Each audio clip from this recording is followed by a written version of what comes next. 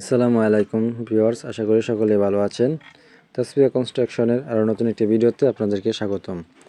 তো আজকের এই ভিডিওতে শাটারিং নিয়ে কিছু ইনফরমেটিভ বিষয় আপনাদের মাঝে শেয়ার করব। তো আজকে এখানে আসছিলাম একটা সাইটে দেখার জন্য। তো এখানে আইসা দেখি যে শাটারিং যে সাপোর্টগুলো ছিল, তো এগুলোর মধ্যে 2 থেকে 3 ফুট করে ল্যাপিং দেওয়া। তাছাড়া ল্যাপিংয়ের নিচে আবার ইট দিয়ে রাখছে ওরা। তো আসলে এভাবে শাটারিং করলে কিন্তু শাটারিংটা রিস্কি। এর কারণ হচ্ছে ওয়ার্কাররা যখন কংক্রিটটা ছাদের মধ্যে ফেলাবে তখন এখানে সাপোর্টগুলো স্প্রিং করে সরে যাওয়ার সম্ভাবনা থাকে অনেক সময়। তো স্প্রিং করে যদি 2-1টা সাপোর্ট যদি এখানে সরে যায় তখন কিন্তু এই সাপোর্টগুলো উঠানো খুবই কষ্টকর এবং উঠাতে পারবে না সম্ভবত। তারপরে কিন্তু এখানে না উঠাতে পারলে এখানে শাটারিংটা ফেল করবে। তো এভাবে কিন্তু অনেক জায়গায় শাটারিং ফেল করে কিন্তু অনেক দুর্ঘটনার শিকার হয়েছে।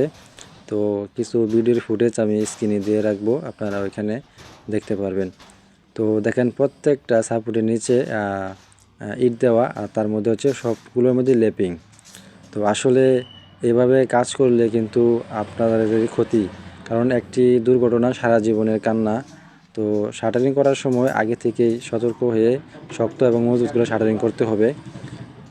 শাটারিং যদি একবার ফেল করে পরে সারাদিন কাঁদলেও আর কোনো কাজ হবে না। এই জন্য আগে থেকেই শাটারিং করার সময় শক্ত মজবুত করে শাটারিং করতে হবে। তো আসলে এখানে শাটারিংয়ের নিচে ইঞ্জিনিয়ারিং যে দৃষ্টিকোণ, তো সেক্ষেত্রে এখানে কিন্তু ল্যাপিং আর ইট দেওয়া চলে না।